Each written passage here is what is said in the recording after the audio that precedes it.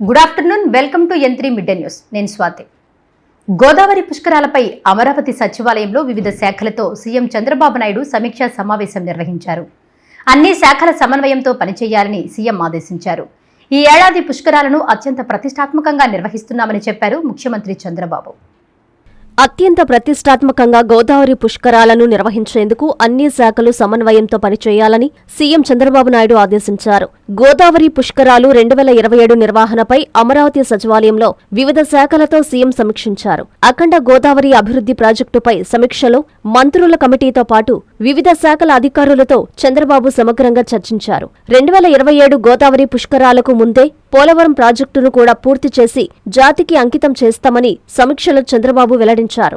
ఇటీవల ఉప ముఖ్యమంత్రి పవన్ కళ్యాణ్ కూడా క్షేత్రస్థాయిలో పర్యటించి చేసిన సూచనలన్నీ పరిగణలోనికి తీసుకుని పనులు చేపట్టాలని అధికారులు, ప్రజాప్రతినిధులు ఆదేశించారు. పుష్కరాల నిర్వహణతో పాటు రాజమహేంద్రవరం లాంటి నగరం ఓ మెగా సిటీగా అభివృద్ధి అయ్యేలా పనులు చేపట్టాలని సూచనలు చేశారు. ప్రస్తుతమున్న 288 ఘాట్లతో సహా కొత్తగా 237 ఘాట్లను నిర్మించాలని ప్రతిపాదనలు అధికారులు సిద్ధం చేశారని చెప్పారు. ఈసారి పుష్కరాల్లో పుణ్యస్నానాల కోసం 9 నుంచి 10 కోట్ల మంది భక్తులు వస్తారని అంచనా వేస్తున్నామని చంద్రబాబు తెలిపారు. ఈ సమీక్షలో హోంమంత్రి అనిత, రాష్ట్ర మంత్రులు ఆనం రామనారాయణ రెడ్డి, పయ్యావుల కేశవ్, బీసీ జనార్దన్ రెడ్డి, సత్యకుమార్ యాదవ్, పి నారాయణ, హోంమంత్రి అనిత, మంత్రి నిమ్మల రామానాయుడు, మండిపల్లి రాంప్రసాద్ రెడ్డి, అనగాని సత్యప్రసాద్, గొట్టిపాటి రవికుమార్, వాసంశెట్టి సుభాష్, సిఎస్జి సాయి ప్రసాద్, డీజీపీ హరీష్ కుమార్ గుప్తా, దేవాదాయ, వైద్య ఆరోగ్యం, రవాణా, పర్యాటక, పురపాలక, పంచాయతీరాజ్, ఆర్థిక, జలవనరులు, పోలీసు శాఖల అధికారులు పాల్గొన్నారు. తాను ఇప్పటివరకు ఒక తెలంగాణ నాయకుడిని కూడా ఒక్క మాట అనలేదని డిప్యూటీ సీఎం పవన్ కళ్యాణ్ అన్నారు. నాకు రెచ్చగొట్టడం ఇష్టం లేదు, అందుకే ఎన్నోసార్లు తగ్గున్నానని పవన్ స్పష్టం చేశారు. తెలంగాణలో జనసేన ఉంటుంది, మేం పోటీ చేసి తీరుతామని ప్రకటించారు. హైదరాబాద్లో ఏపీ ఉప ముఖ్యమంత్రి, జనసేన అధ్యక్షులు పవన్ కళ్యాణ్ సమావేశానికి పోలీసులు అనుమతి ఇవ్వకపోవడంతో ఆయన నివాసంలో ప్రెస్ మీట్ నిర్వహించారు. బెదిరించే వాళ్ళందరికీ ఒకటే చెప్తున్నాయి, నా ఇంటి ముందు ఎందుకు పెట్టారంటే ఎవరన్నా దాడి చేయాలంటే సంతోషంగా ఇదే నా ఇంటి అడ్రస్, అది మీకు తెలియదు. నాకు అలాంటి భయాలు లేవు. నాకు బాంఛన్ సారు కాల్మొక్త అనే ఉద్దేశం ఉంటే పార్టీ ఎందుకు పెడతామా? అంత భయపడే వాళ్ళంతా పార్టీ పెడతామా? మీ ఇష్టానికి మాట్లాడితే మేము భయపడాలా? ఏ రోజున ఒక్క మాట మీకు కేసీఆర్ గారి గురించి కానీ ఇన్ని సంవత్సరాల్లో 12 సంవత్సరాల్లో ఒక్క తెలంగాణ నాయకుడిని ప్రభుత్వం ఏర్పాటు చేసినప్పటి నుంచి ఈ రోజు దాకా ఒక మాటంలా. ఇంకా మా వాళ్ళు తిడతా ఉండేవాళ్ళు, నువ్వు మెత్తబడిపోయి ఏం మాట్లాడలేదని. అడగండి ఒకసారి, అందరిని పేరు పేరున ఒక్కొక్కరిని అడగండి. నీకు పౌరుషం చచ్చిపోయిందా? పౌరుషం చావలా, తెలంగాణ మీద ప్రేమ చావలా. అది తప్పుగా అర్థం చేసుకుంటారు. మీరు అర్థం చేసుకుని నేనేం మాట్లాడిన ప్రస్తుతానికి అని చెప్తా. ప్రజలు కోరుకున్నప్పుడు నేను మాట్లాడతా. ఎంత కమిటెడ్గా ఉన్నాను తెలంగాణ కంటే. జనసేన మా వాళ్ళందరూ ఎదురు చూస్తున్నారు తెలంగాణలో జనసేన ఎదగాలని. నేను ఒకటే చెప్పా, ప్రజలు కోరుకునే వరకు మీరు ముందుకు తీసుకెళ్ళండి అని చెప్పి నేను జర్నలిస్ట్ కాలనీలో ఉన్న తెలంగాణ జనసేన పార్టీని కూడా నేను తీసేశాను. మొత్తం హెడ్ క్వార్టర్స్ అంతా మంగళగిరిలో పెట్టిన. నాకు అంత కమిట్మెంట్ తెలంగాణ మీద. ఎందుకంటే నాకు రెచ్చగొట్టడం ఇష్టం లేదు. తగ్గి మాట్లాడా. మీరు ఎన్ని హింసించినా, మీరు ఎన్ని మాటలు మాట్లాడినా, ఆంధ్ర కొడకని తిట్టినా, అరే నా గుండెల్లో తెలంగాణ ఉంది, మీరు ఎన్ని తిట్టినా నేనేం పట్టించుకోను. తెలంగాణలో ఆంధ్ర వాళ్ళకి ఏం పని అంటారు? సంతోషం, కరెక్ట్. అది తెలంగాణలో ఆంధ్ర కాంట్రాక్టర్లు ఓకేనా? ఇక్కడ ఆంధ్రాలో తెలంగాణ కాంట్రాక్టర్లకి బాగానే పనిచేస్తున్నారు. అక్కడ తెలంగాణలో ఆంధ్ర కాంట్రాక్టర్లు బాగానే ఉన్నారు. ఎవరినా మీరు బేవకూఫులు చేస్తామన్నారు? మీరు ఎవరిని బేవకూఫులు చేస్తారు? మీరు ప్రజలనేమో మీరు మభ్యపెట్టి, యువత మీరు ప్రజానికం, మీరు తెలంగాణ ప్రజలు ఇది గుర్తించాలి. ఇది వీళ్ళు బాగానే ఉన్నారు, వీళ్ళ అధికారాలు బాగానే ఉన్నాయి, వీళ్ళు బిజినెస్లు బాగానే ఉన్నాయి, వీళ్ళ కాంట్రాక్టులు బాగానే ఉన్నాయి. ఏదైనా మాట్లాడితే నాలాంటి వాడిని కూర్చోబెట్టి భయపడతా ఉంటారు. మీరు ఒక్కసారి చెప్పండి, మీరు నిజంగా వద్దు అనుకుంటే తెలంగాణలో అసెంబ్లీలో ఎవరైతే తిడుతున్నారో మీరు తీర్మానం పెట్టండి.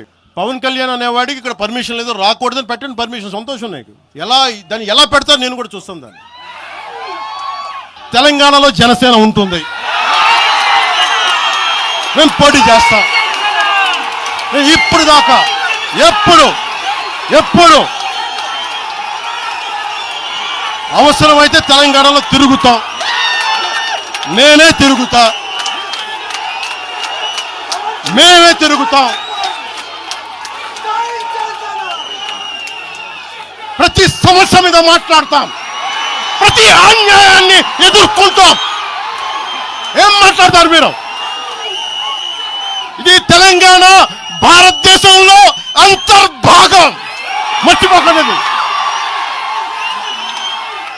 ఈరోజు కాంగ్రెస్ నాయకులు ఎవరో మాట్లాడుతూ ఉన్నారు, నువ్వేమి ఎలా వస్తావు చూస్తామని. ఇలాంటి ప్రగల్భాలే వైఎస్ రాజశేఖర రెడ్డి గారు ముఖ్యమంత్రిగా ఉన్నప్పుడు కాంగ్రెస్ యువజన కాంగ్రెస్ వాళ్ళు ఇలాగే మాట్లాడారు.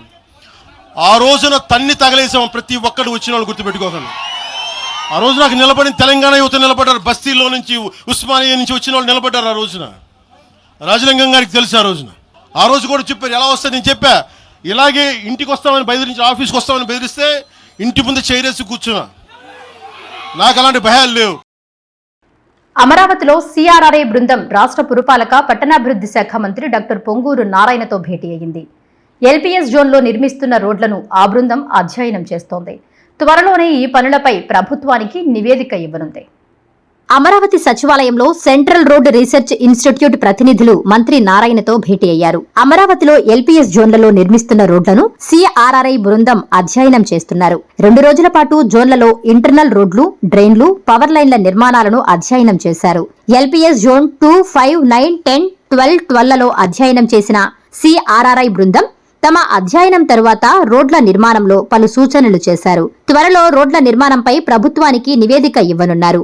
ఈ సమావేశంలో మంత్రితో పాటు CRRI director CH Ravishekhar, chief scientist doctor K Ravinder, principal scientist flexible payment doctor Bharat, ADC chief engineer CH Dhanunjay పాల్గొన్నారు. చంద్రబాబు వెన్నుపోటుకు విజయవంతంగా 2 ఏళ్లయ్యిందని మాజీ మంత్రి కాకాని గోవర్ధన్ రెడ్డి వ్యంగ్యాస్త్రాలు సంధించారు. వెన్నుపోటుకు 2 ఏళ్ల వాల్ పోస్టర్ను ఆయన ఆవిష్కరించి మాట్లాడుతూ 3 రోజుల పాటు విస్తృతంగా నిరసనలు చేపడుతున్నామని చెప్పారు. సీఎం చంద్రబాబు నాయుడు వెన్నుపోటుకు 2 ఏళ్లయ్యిందని మాజీ మంత్రి కాకాని గోవర్ధన్ రెడ్డి విమర్శించారు. ఈ సందర్భంగా జూన్ 4 నుంచి 12వ తేదీ వరకు వివిధ నిరసన కార్యక్రమాలకు శ్రీకారం చుడుతున్నామని చెప్పారు. చంద్రబాబు చేసిన మోసాలను ప్రజల్లోకి తీసుకెళ్లేందుకే ఈ కార్యక్రమాన్ని తలపెట్టామని పేర్కొన్నారు. నెల్లూరు జిల్లా వైఎస్సార్ కాంగ్రెస్ పార్టీ కార్యాలయంలో ఆయన వైసీపీ నేతలతో కలిసి వెన్నుపోటుకు 2 ఏళ్లు వాల్ పోస్టర్ను ఆవిష్కరించారు. అనంతరం కాకాని మీడియాతో మాట్లాడుతూ కార్యక్రమాల వివరాలను తెలియజేస్తూ చంద్రబాబు పాలనపై తీవ్రస్థాయిలో ధ్వజమెత్తారు. జూన్ 4వ తేదీ అంటే ఏదైతే ప్రజలు తీర్పునిచ్చినారో ఆ తీర్పునిచ్చినటువంటి తేదీ, మనకి ఎన్నికలకు సంబంధించినటువంటి ఫలితాలు వచ్చినటువంటి తేదీ జూన్ 4వ తేదీ. కాబట్టి జూన్ 4వ తేదీ చంద్రబాబు నాయుడు గారు ఏ రకమైనటువంటి హామీలు ఇచ్చాడు, ఏ విధంగా ప్రజలని ఈ 2 సంవత్సరాలలో వాటిని అమలు చేయకుండా మోసగించాడు అనేటువంటి దాని మీద చంద్రబాబు నాయుడు మేనిఫెస్టో కావచ్చు, చంద్రబాబు నాయుడు ప్రజలకు ఇచ్చినటువంటి బాండ్ల రూపంలో ప్రమాణం చేస్తూ ఇచ్చినటువంటి బాండ్లు కావచ్చు, నేను ఈ కుటుంబానికి ఎంతెంత ఇస్తానని చెప్పి ఇచ్చినటువంటి బాండ్ల రూపంలో చేసినటువంటి మోసం కావచ్చు, దానితో పాటు ఆయన ఇచ్చినటువంటి పత్రికా ప్రకటనలు పేపర్లో, వివిధ పేపర్లో ఏమేమి చేయబోతున్నామని ఆయన ఇచ్చినటువంటి హామీల తాలూకు వాటన్నింటినీ కూడా ప్రజలకి మండలాల వారీగా ప్రతి మండల స్థాయిలో కూడా ఒక సదస్సు ఏర్పాటు చేసి వాటన్నిటిని ప్రజలకు వివరించి ఆ ప్రతులన్నీ కూడా దహనం చేసేటువంటి కార్యక్రమం. అంటే చంద్రబాబు నాయుడు ఈ మేనిఫెస్టోను కానీ ఇచ్చినటువంటి బాండ్ కానీ ప్రకటనలు కానీ చెత్తపుట్టలో వేశాడు, వీటికి విలువ లేకుండా పోయింది అని చెప్పి వాటిని ఆ ప్రతుల్ని దహనం చేసేటువంటి కార్యక్రమం జిల్లాలో ఉన్నటువంటి అన్ని మండలాల్లో ప్రతి మండల కేంద్రంలో కూడా జూన్ 4వ తేదీ ఈ కార్యక్రమాన్ని నిర్వహించడం జరుగుతుంది.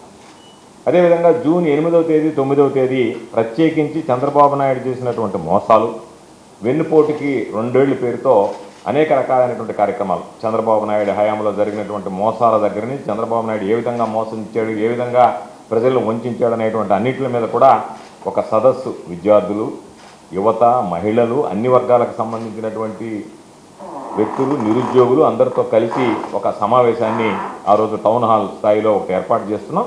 దానికి సంబంధించి ప్రతి నియోజకవర్గంలో కూడా ఒక దగ్గర ఒక చోటు దాన్ని ఇండోర్ అంటే అందరితో కలిసి కూర్చొని ఏదో బహిరంగ సభలాగానో లేకపోతే ఒక ర్యాలీ లాగానో కాకుండా ఒక దానికి సంబంధించి ఒక ప్రత్యేకమైనటువంటి ఒక సదస్సులాగా ఒక కార్యక్రమాన్ని నిర్వహించదలపెట్టాం. అందరితో ముఖాముఖి కార్యక్రమం, దానిలో ఏ విధంగా మనందరం కూడా ఏ విధంగా చంద్రబాబు నాయుడు చేసినటువంటి మోసాలు ఏంది, ఏ వర్గానికి ఏ విధంగా చంద్రబాబు మోసగించాడు, వాటికి సంబంధించి ఏ విధంగా భవిష్యత్తులో ప్రజల్లోకి తీసుకువెళ్లాలనేటువంటి దాని మీద కూడా ఒక చర్చాగోష్ఠి కార్యక్రమాన్ని 8, 9 తేదీల్లో నియోజకవర్గ స్థాయిలో ఒక దగ్గర టౌన్ హాల్స్ కావచ్చు, కన్వెన్షన్ సెంటర్ కావచ్చు, కళ్యాణ మండపాలు కావచ్చు, ఎక్కడైనా సరే దాన్ని నిర్వహించేటువంటి దానికి జూన్ 8, 9 తేదీలు నిర్ణయించడం జరిగింది. చివరిగా జూన్ 12వ తేదీ ఏదైతే ఉందో రాష్ట్ర వ్యాప్తంగా ప్రతి నియోజకవర్గంలో కూడా నియోజకవర్గ స్థాయి ర్యాలీలు, భారీ స్థాయిలో ర్యాలీలు, నిరసనలు ఆ రోజు వెన్నుపోటుకి వ్యతిరేకంగా చంద్రబాబు నాయుడు వెన్నుపోటుకు 2 ఏళ్ళు అనేటువంటి దానికి ఆ రోజు దానికి సంబంధించినటువంటి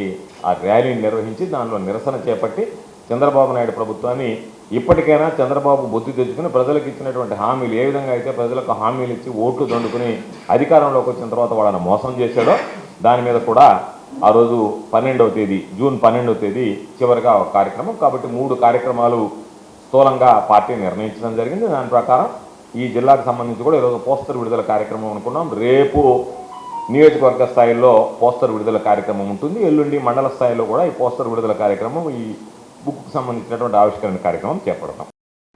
ఎన్నికల్లో ఇచ్చిన హామీలను నెరవేర్చకుండా చంద్రబాబు ప్రభుత్వం ప్రజల్ని వెన్నుపోటు పొడిచిందని వైఎస్ఆర్ కాంగ్రెస్ పార్టీ వెంకటగిరి నియోజకవర్గ ఇన్ఛార్జ్ నేదురుమల్లి రామ్కుమార్ రెడ్డి విమర్శించారు. ఎన్టీఆర్ భవన్లో ఆయన వైసీపీ నేతలతో కలిసి వెన్నుపోటుకు 2 ఏళ్ల పోస్టర్ను ఆవిష్కరించారు. తిరుపతి జిల్లా వెంకటగిరి ఎన్జీఆర్ భవన్లో వైసీపీ సమన్వయకర్త నేదురుమల్లి రామ్కుమార్ రెడ్డి చంద్రబాబు వెన్నుపోటుకు 2 ఏళ్లు పోస్టర్ ఆవిష్కరణ చేశారు. ఈ సందర్భంగా నేదురుమల్లి మీడియాతో మాట్లాడుతూ ఎన్నికల సమయంలో ఇచ్చిన హామీల అమలులో కూటమి ప్రభుత్వం పూర్తిగా విఫలమైందని విమర్శించారు. ప్రజలకు ఇచ్చిన హామీలను నెరవేర్చకుండా ప్రభుత్వం వెన్నుపోటు పొడిచిందని ఆరోపించారు.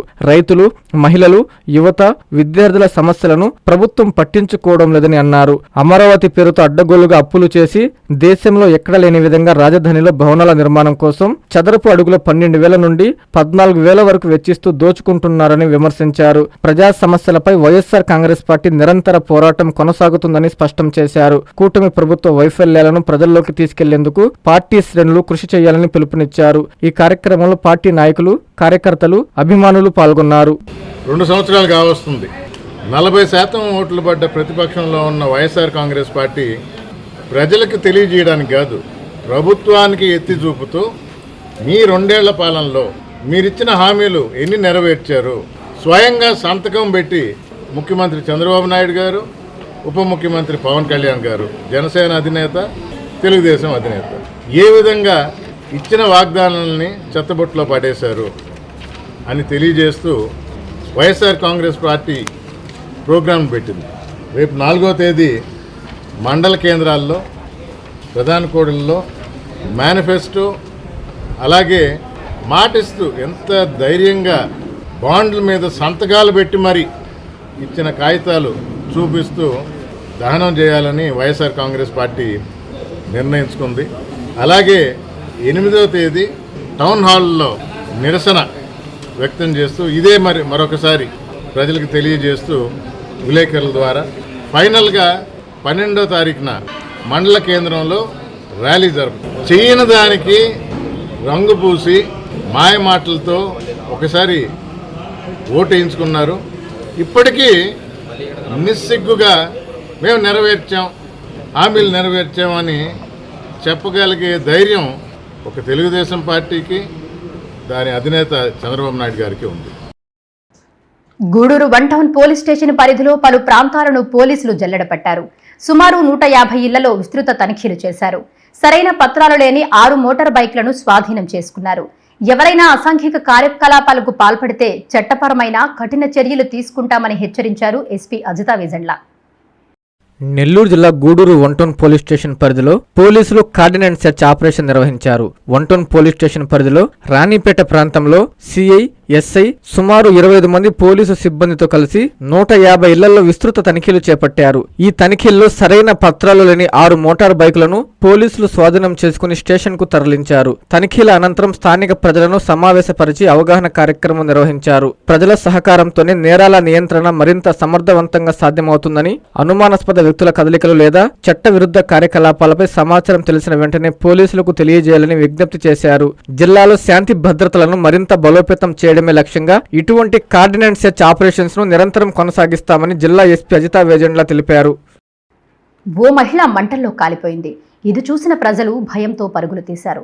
ఆత్మహత్య చేసుకుందా లేక ఎవరైనా పెట్రోల్ పోసి తగలబెట్టారా అన్న అనుమానాలు వ్యక్తమవుతున్నాయి.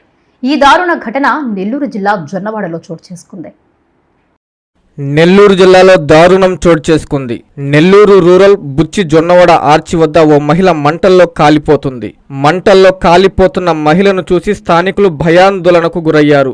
సమాచారం తెలుసుకున్న పోలీసులు ఘటనా స్థలానికి చేరుకున్నారు. ఆత్మహత్య లేక ఎవరైనా పెట్రోల్ పోసి తగలబెట్టారా అన్న అనుమానాలు వ్యక్తమవుతున్నాయి. ఒకవేళ ఆత్మహత్య చేసుకోవాల్సి వస్తే ఇంటిలో లేదా తమ ఇంటి చుట్టుప్రక్కల ప్రాంతాల్లో చేసుకునే అవకాశం ఉంది. అయితే జొన్నవాడ సమీపంలోని నిర్మానుష్య ప్రదేశంలో చేసుకోవాల్సిన పరిస్థితి ఆమెకు ఎందుకు ఏర్పడిందన్న దానిపై పోలీసులు ఆరా తీస్తున్నారు. ఎవరైనా ఆమెను అక్కడికి తీసుకువచ్చి పెట్రోల్ పోసి తగలబెట్టారా లేక ఆమె పెట్రోల్ పోసుకుని తగలబెట్టుకుందా అనే ప్రశ్నలు లేవనెత్తుతున్నాయి. పోలీసుల విచారణలో పూర్తి వివరాలు తెలియనున్నాయి. కాంట్రాక్టు కార్మికులను సంస్థలో విలీనం చేయాలని ఏపీ విద్యుత్ ట్రేడ్ యూనియన్ నాయకులు డిమాండ్ చేశారు. విజయవాడలో ఎంబీవీకే విద్యుత్ కార్మిక సంఘాలు సమావేశమయ్యాయి. పీపీఏలను వెంటనే రద్దు చేయాలన్నారు. ఏపీ విద్యుత్ ట్రేడ్ యూనియన్ స్ట్రగుల్ కమిటీ ఆధ్వర్యంలో విద్యుత్ కార్మికుల సంఘాల సమావేశం ఎంబీవీకే విజయవాడలో నిర్వహించారు. ఈ సమావేశంలో చైర్మన్ సుదర్శన్ రెడ్డి మాట్లాడుతూ ప్రభుత్వం విద్యుత్ ప్రైవేటీకరణ విధానాలు అమలు చేస్తూ కార్పొరేట్ కంపెనీలకు కట్టబెడుతున్నారని, ఆ విధానాలను మానుకోవాలని చెప్పారు. ప్రధాన కార్యదర్శి సుబ్బిరెడ్డి మాట్లాడుతూ పీఆర్సీ సంప్రదింపుల కమిటీని వెంటనే నియమించాలని, కాంట్రాక్టు కార్మికుల వేతనాలు పెంచాలని డిమాండ్ చేశారు. యూనియన్ రాష్ట్ర ఉపాధ్యక్షులు బి నాయబ్ రసూల్ శివశంకర్ మాట్లాడుతూ స్మార్ట్ మీటర్ల పేరుతో విద్యుత్ వినియోగదారులపై భారాలు వేస్తున్నారని, ఉద్యోగుల కార్మికులకు ఇవ్వాల్సిన డిఏ బకాయిలు ఎరియర్స్ ఇవ్వకుండా కాలయాపన చేస్తున్నారని, అదేవిధంగా సంస్థ నష్టాలకు అధిక రేటు పెట్టి ప్రైవేటు కంపెనీల వద్ద విద్యుత్ కొనుగోలు చేయటమే కారణమని, పీపీఏలను వెంటనే రద్దు చేయాలని డిమాండ్ చేశారు. ఈ రౌండ్ టేబుల్ సమావేశంలో ముజఫర్ అహ్మద్, ఎం మోహన్ రావు, వెంకటేశ్వర్లు, అనిల్ కుమార్, నాగరాజు, సత్యారావు, శ్రీనివాసరావు, హజరత్తయ్య, భాస్కర్, శివ, రాము తదితరులు ఈ రౌండ్ సమావేశంలో మాట్లాడారు. జూన్, జూలై నెలల్లో ఎస్సీ, కలెక్టర్ ఆఫీసుల వద్ద ధర్నాలు చేసి వినతి పత్రాలు ఇవ్వాలని నిర్ణయం తీసుకున్నారు. చిత్తూరులో ప్రపంచ సైకిల్ దినోత్సవాన్ని ఘనంగా నిర్వహించారు. అదనపు ఎస్పీ రాజశేఖర్ బాబు జెండా ఊపి ర్యాలీని ప్రారంభించారు. ప్రతి ఒక్కరూ ఆరోగ్యంగా ఉండాలంటే సైకిలింగ్ ఎంతో ఉపయోగమన్నారు అదనపు ఎస్పీ రాజశేఖర్. ప్రపంచ సైకిల్ దినోత్సవాన్ని పురస్కరించుకుని బుధవారం చిత్తూరులో చిత్తూరు జిల్లా అదనపు ఎస్పీ రాజశేఖర బాబు జెండా ఊపి సైకిల్ ర్యాలీ ప్రారంభించారు. Keshavareddy memorial foundation, lions club Chittoor, gold విజయం విద్యా సంస్థల సౌజన్యంతో పెద్ద సంఖ్యలో సైకిల్ ర్యాలీ నిర్వహించారు. ఈ ర్యాలీ విజయం కళాశాల నుంచి గాంధీ కూడలి మీదుగా పట్టణంలో సైకిల్ ప్రదర్శన చేశారు. ఈ కార్యక్రమంలో traffic CI Nityababu, doctor Bharat Reddy, Keshavareddy memorial trust వ్యవస్థాపకులు శ్రీధర్ రెడ్డి, పోలీస్ అధికారులు, సీనియర్ సిటిజన్లు, విద్యా సంస్థల సిబ్బంది, విద్యార్థులు, వైద్య సిబ్బంది పాల్గొన్నారు. మారుతున్న లైఫ్ స్టైల్ దృష్ట్యా మన ఆహారము, అలవాట్లు వీటన్నిటి వల్ల కూడా అనారోగ్యకర పరిస్థితులు ఎదుర్కొనే పరిస్థితి. దాని నుంచి ఆరోగ్యంగా మనం తయారవడం కోసము ఈ సైక్లింగ్ అనేది బాగా ఉపయోగపడుతుంది. దీన్ని పెద్దలు, పిల్లలు అందరూ కూడా ఆచరించి మన చిత్తూరు నగరము ఆరోగ్యకరమైన నగరంగా, సేఫ్ సిటీగా మారాలని చెప్పేసి ఆకాంక్షిస్తున్నాను. అందరికీ ధన్యవాదాలు. బరువు ఉన్న వాళ్ళు బరువు తగ్గడానికి వాకింగ్ లాంటి వ్యాయామం కాకుండా సైక్లింగ్ ఎంచుకోవడం చాలా ఉత్తమమైంది. ఎందుకంటే సైక్లింగ్ అన్నది మోకాళ్ళ మీద తక్కువ ప్రెజర్ పడడం వల్ల మోకాళ్ళ తక్కువగా ఉంటుంది. రెండోది గుండె ఆరోగ్యానికి, ఊపిరితిత్తుల ఆరోగ్యానికి చాలా మంచి ఎక్సర్సైజ్ అన్నమాట. షార్ట్ టర్మ్లో మనకు మంచి రిజల్ట్స్ అన్నవి సైక్లింగ్ ద్వారా వస్తాయి. రెండోది మనకు పొల్యూషన్, ఎటువంటి పొల్యూషన్ ఉండదు కాబట్టి మనము సొసైటీ కూడా ఎంతో కొంత మేలు చేసిన వాళ్ళం అవుతాము, నేచర్ని కూడా ఎంతో కొంత కాపాడిన వాళ్ళం అవుతాము.